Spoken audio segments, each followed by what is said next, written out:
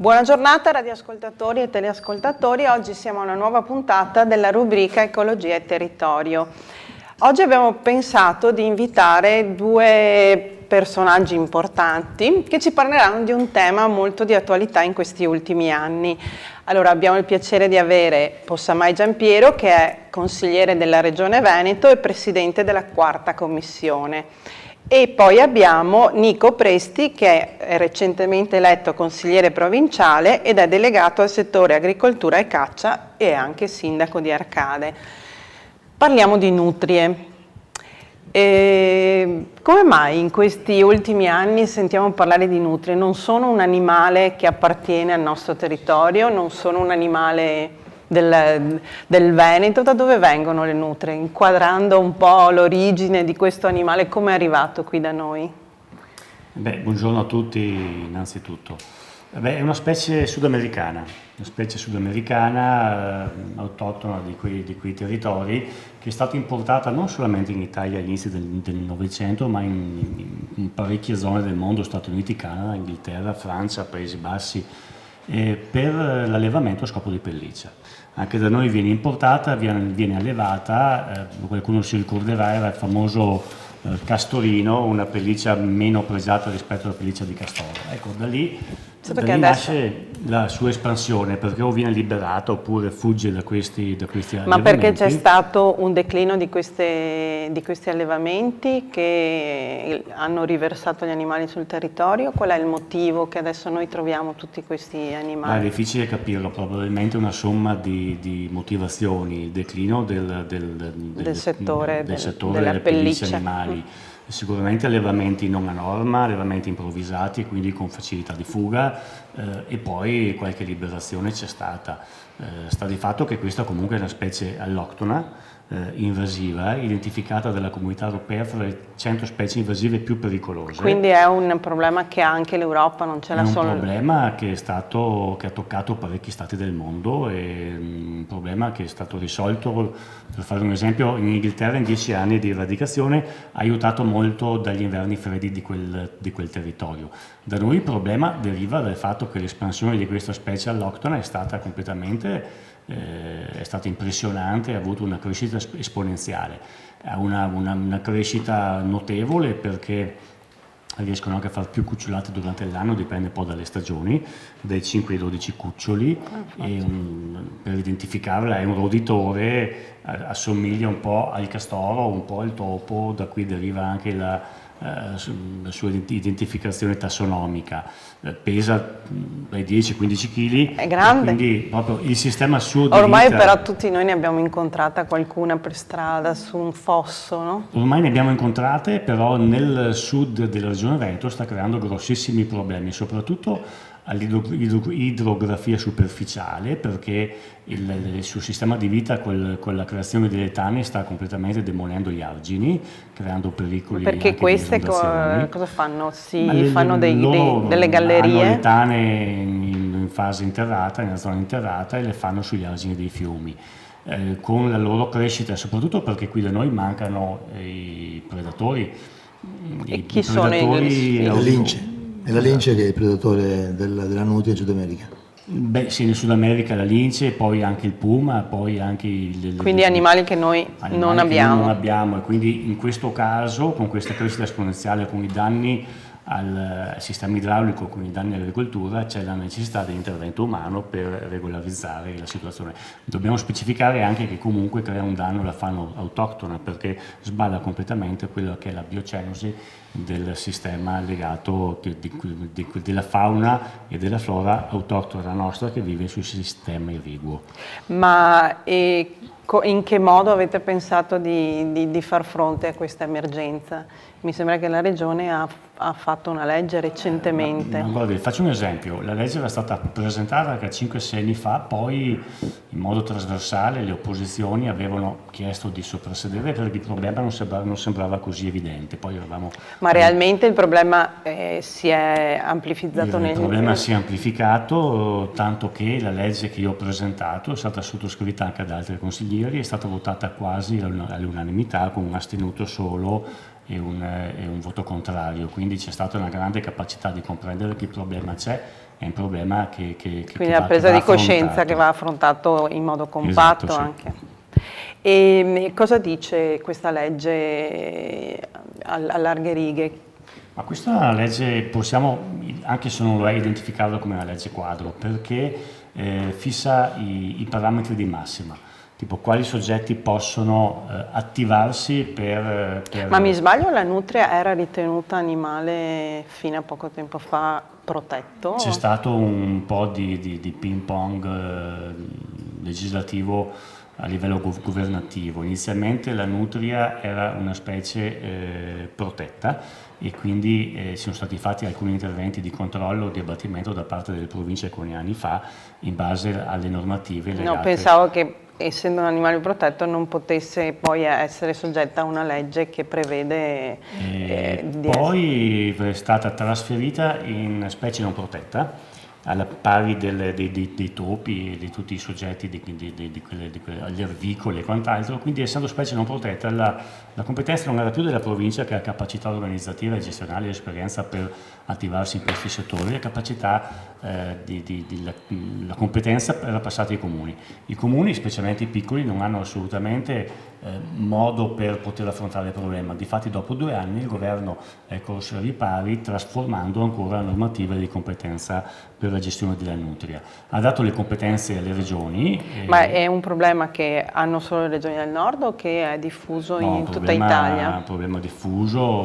Perché leggevo, non so se è vero, che in realtà la concentrazione degli allevamenti era particolarmente elevata nel nord Italia, Lombardia, Veneto. Diffuso in quelle regioni dove erano presenti questi allevamenti.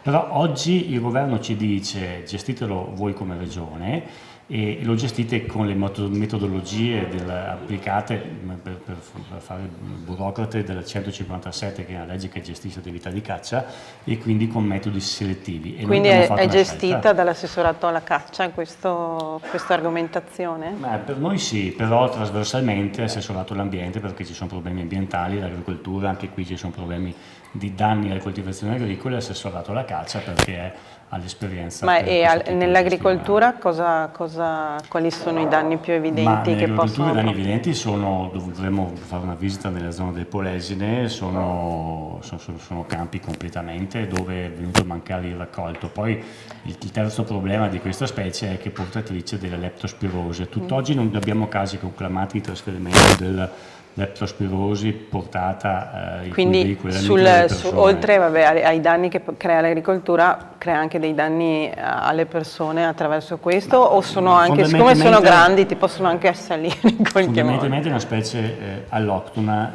invasiva con una grande espansione. Quando una specie alloctona di un altro territorio colonizza un altro territorio che non è il proprio, l'espansione è notevole finché le specie, i predatori non comprendono in che modo poterle controllare, oppure finché le istituzioni dello Stato democratico si attivano per controllare questo problema. E quindi possiamo concentrare in 3 le problematiche. Soprattutto il principale è il problema legato al pericolo idrogeologico. Il secondo problema è quello legato al mondo dell'agricoltura, e il terzo può essere anche identificato come quello del pericolo della leptospirosi. Però ormai il problema è a livelli tali per cui non si può non intervenire in modo drastico. Considerarlo un problema, insomma. E la provincia di Treviso, che è una provincia in cui questo problema è molto evidente, perché basta passeggiare anche solo per la città di Treviso, sono tra gli ospiti più frequenti lungo le mura, lungo i canali. E in che modo vi state attivando per far fronte a questo problema? Buongiorno. Allora, noi stiamo dando attuazione alla legge 15 del 2016 della Regione del Veneto. E come appunto ha detto Giampiero, è un problema che è molto sentito dagli agricoltori, non dai cittadini, diciamo, tra virgolette normali, no, perché anche a loro dà dei problemi, ma principalmente è l'agricoltura che ne risente. È uscito circa 2 settimane fa un servizio credo fosse il Gazzettino, che in via Cortellazzo, nella zona di Mogliano, avevano devastato un'intera coltura. Quindi E questo è uno degli esempi, diciamo, che vengono alla luce, ma non tutti, quasi quotidianamente fanno dei danni, però magari il contadino non va a segnalare al sindaco che ha avuto dei danni per 100-200 euro, ma in alcuni casi in questo caso, sono danni. in questo caso che i danni uno se li tiene? Beh, purtroppo sì, non ci sono comunque polizze che coprono danni di questo genere. Io devo dire che noi siamo stati eletti il 18 settembre, il 10 di ottobre la DGR ha pubblicato e è entrato in funzione appunto il meccanismo che prevede l'eradicazione attraverso la legge 15 che citavo prima, e abbiamo avuto da subito come provincia, quindi io ho, come diceva prima lei, ho la caccia e l'agricoltura e la pesca sono collegati, e quindi i sindaci mi hanno chiamato, ho detto noi abbiamo questo problema che si trascina, sappiamo che la regione mi pare che abbia fatto qualcosa, perché io dico sì, in effetti la regione ha legiferato, mi sono fatto trasmettere. In maniera pratica cosa vuol dire? Eradicazione. Esatto. Vuol dire sterminarli. Come ha fatto, Giampiero diceva prima, l'Inghilterra le ha debellate perché è un animale che sta facendo dei danni notevoli.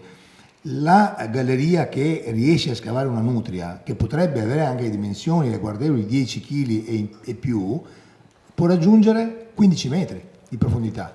Pensate agli argini dei nostri canali, dei nostri fiumi, non parliamo del Piave, per il momento che è ancora su Piave danni, perché sappiamo che c'è il sasso ed è un po' diverso il discorso, sì, ma lì andrebbero a nidificare sulle rive, quindi sui campi dove la gente coltiva i prodotti che poi deve ovviamente vendere per vivere, ma sui canali come il Livenza, come lo Zero, mi viene a pensare anche qui il Monticano, qui a Conegliano, i danni che fanno sono devastanti. Provate a pensare con il cambiamento climatico degli ultimi anni che arrivi una bomba d'acqua all'improvviso e trova che questi animali, questi roditori, hanno scavato una serie di gallerie che per ovvie ragioni talvolta all'occhio umano non si vedono perché diciamo che i letti dei canali non sono sempre puliti, pertanto non si vede la galleria. Poi da pensare che invece di trovare un letto solido trova un letto fragile, prova a pensare e sondando i danni che farebbe. Quindi c'è questo aspetto qua, come diceva appunto comunque prima, l'aspetto proprio idraulico, è un aspetto molto delicato. E a che soggetti è dato il compito di rendere effettiva questa legge? Allora, noi come provincia abbiamo chiesto ovviamente un aiuto subito, perché la legge prevede due fasi per l'eliminazione, chiamiamola così, di questi animali. Premetto che io non ce l'ho sugli animali, io amo gli animali. E gli animalisti in tutto questo non hanno detto nulla? Ma gli animalisti credo che debbano comprendere che non stiamo facendo un danno alla fauna, non stiamo facendo qualcosa di forse cattivo. Da un lato si protegge anche la fauna autoctona. Allora, come possiamo vedere in quella foto, quella lì è un'anatra appunto che è un animale nostro, un animale autoctono, un animale locale. Sappiate che la nutria non disdegna che l'uovo che depone l'anatra o gli uccelli acquatici in genere, sapete che fanno? Nidificano a terra. Ecco, questi vanno lì e le uova le mangiano. Pertanto non solo... Quindi sono una minaccia anche per la nostra biodiversità. Esatto, sono una minaccia sotto il profilo della sicurezza idraulica, sono una minaccia alla produzione agricola, ma sono una minaccia anche alla fauna autoctona. Questi arrivano e loro soppiantano tutto. Possono mangiare fino a 2,5 kg per ogni capo al giorno di prodotto vegetale. Parliamo di radici, ma assolutamente puntano anche a colpire il raccolto, a colpire gli ortaggi di qualsiasi tipo, qualsiasi genere. Tutto ciò, ovviamente, se hanno un ortaggio nei paraggi, preferiscono andare a mangiare, c'è una signora che le carote, i finocchio che e si è l'radicchio. trovata tutto il campo raso. Esatto, questo è uno degli esempi. E in città mi dicono anche a Treviso averle visto razzolare all'interno dei sacchetti, dei bidoni, delle immondizie, perché quando ovviamente non trovano, sono degli odori, si spingono fin proprio in centro della città per nutrirsi. Quindi chi è che deve Noi materialmente noi abbiamo rendere convocato, effettiva l'eradicazione? Abbiamo convocato già quasi un mesetto, abbiamo chiesto aiuto. A chi abbiamo chiesto aiuto? Abbiamo chiesto aiuto ai soggetti che hanno la possibilità data dalla legge di portare le armi, che sono i cacciatori.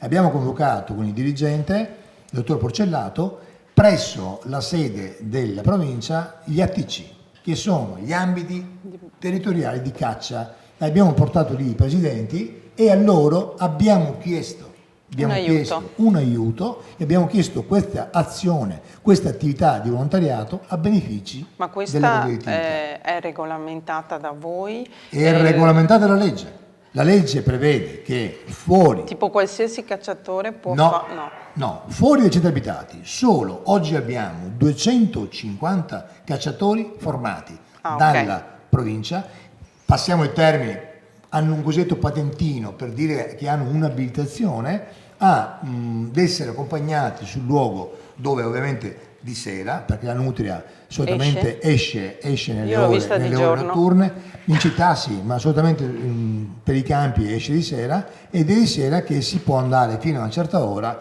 per non destare allarme, che si può andare a sparare. Bisogna recuperare le carcasse, si possono interrare, la legge dice, non più di 5 carcasse per ettaro. Perché c'è anche il problema dello smaltimento. Certo, lontano dai corsi d'acqua e lontano ovviamente anche dai pozzi. L'altra cosa che è prevista nei centri abitati, si può e si deve agire con delle gabbie trappola. Questo sempre la norma dice che dove c'è... Quindi in centro a Treviso no? In centro a Treviso no, ma in centro a Treviso, in centro a Conegliano, in centro a Oderzo non possiamo andare a sparare perché... Ci sono delle sorte di trappoli come quelle dei topi più grandi? Sono delle trappole, sono un po' più grandi, sono delle trappole, ci sono delle esche all'interno. Nel momento in cui la nutria viene intrappolata deve essere portata fuori dal centro e poi viene ovviamente soppressa. Nel momento in cui vengono soppresse in questo modo possono e debbono essere portate, o sono appunto come dicevamo prima, le interriamo oppure le portiamo presso dei congelatori che andremo a localizzare all'interno dei magazzini dei comuni. La scorsa settimana, martedì della scorsa settimana, ho incontrato i sindaci di tutta la provincia, li ho convocati. Perché? Perché? Tutti dicono che hanno questa emergenza oppure ci sono dei luoghi io ho chiamato tutti i sindaci della provincia. Io dico sinceramente che non conoscevo il fenomeno fino a questo punto e ho scoperto, nel momento in cui ho preso l'incarico, che io nel mio comune, nella località Madonnetta, su Piavasella ho le nutrie. Le ho anch'io, quindi dove non ci sono, potenzialmente tutti abbiamo dei corsi d'acqua, abbiamo dei canali, abbiamo un fiume, qualcosa che ci attraversa. Ecco, un po' alla volta state certi che stanno anche salendo verso le zone collinari. Ma vi siete dati un periodo, un tempo per raggiungere degli obiettivi? Immediato, perché io ho i sindaci, c'è la sindaca di Oderzo, c'è la sindaca di San Polo, c'è il sindaco di Monte di Vivenza, c'è il sindaco di Zelo Branco, c'è il sindaco di Quinto di Treviso, che hanno un'emergenza immediata. Sì, mi chiedono di agire immediatamente. Abbiamo fatto appunto questo briefing dove abbiamo puntato, io ho chiesto ai miei colleghi sindaci di compartecipare. La regione ci ha dato circa 20.000 euro stanziato per l'acquisto delle gabbie trappola, per l'acquisto delle cartucce che forniremo ai cacciatori e inoltre bisogna anche dire che lo smaltimento delle carcasse va pagato e costa circa 0,29 al chilogrammo, oltre poi al mezzo che impieghiamo. La provincia si farà carico e sta facendo una gara per trovare una Potete ditta. sempre aprire dei ristoranti. Beh, allora qualcuno che mi ha preceduto, qualche collega che mi ha preceduto ha fatto un po' di Era colori una in questo battuta. senso. Che sui giornali è apparso anche Sì, chi le è mangiava. vero che in alcuni paesi Chi faceva del folklore. è commercializzata, in alcuni paesi come la Francia e la Germania la mangiano. Anche nel Sud America, mi sembra. Esatto, ma per noi è un animale che mangia è solo erbivoro, cioè da dire che a noi italiani quella sua coda ovviamente ricorda il topo, il Sì, pantegano. perché in realtà la faccina è anche simpatica. Somiglia un po' al pantegano, è un castoro, però ovviamente noi lo associamo più al topo, più al pantegano, sembra quasi un grande topone. Una pantegana gigantesca. Ora, per finire il concetto, abbiamo fatto una richiesta scritta, è già arrivata per i comuni, a me è arrivata oggi, dove chiedo a tutti i colleghi, in base al numero di abitanti e in base all'estensione territoriale, di darci un piccolo obolo. Messo assieme, vorremmo raccogliere circa 35.000 euro,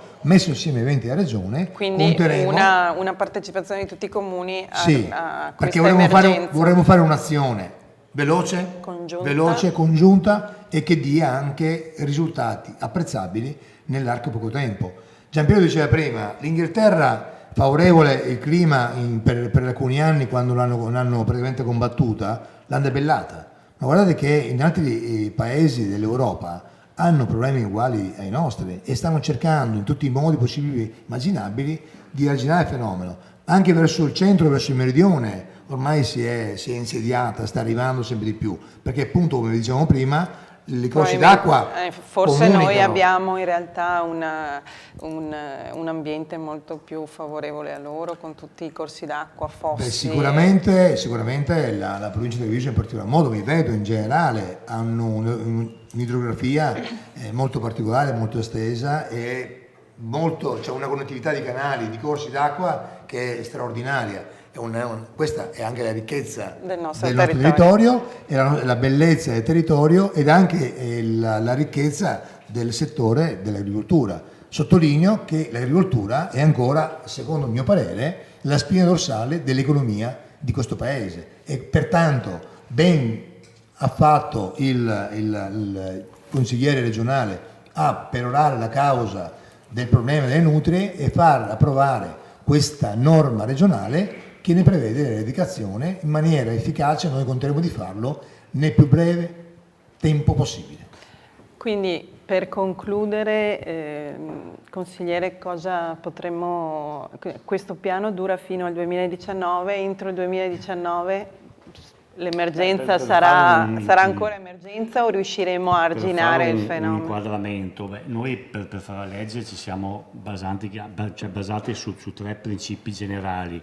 Il primo è la Convenzione di Rio del 92 che è stata recepita dalla Comunità Europea, che indica che gli Stati membri della Comunità Europea debbono adeguarsi alle buone pratiche per eliminare le specie che sono invasive, che sono pericolose da diversi punti di vista e che sono alloctone.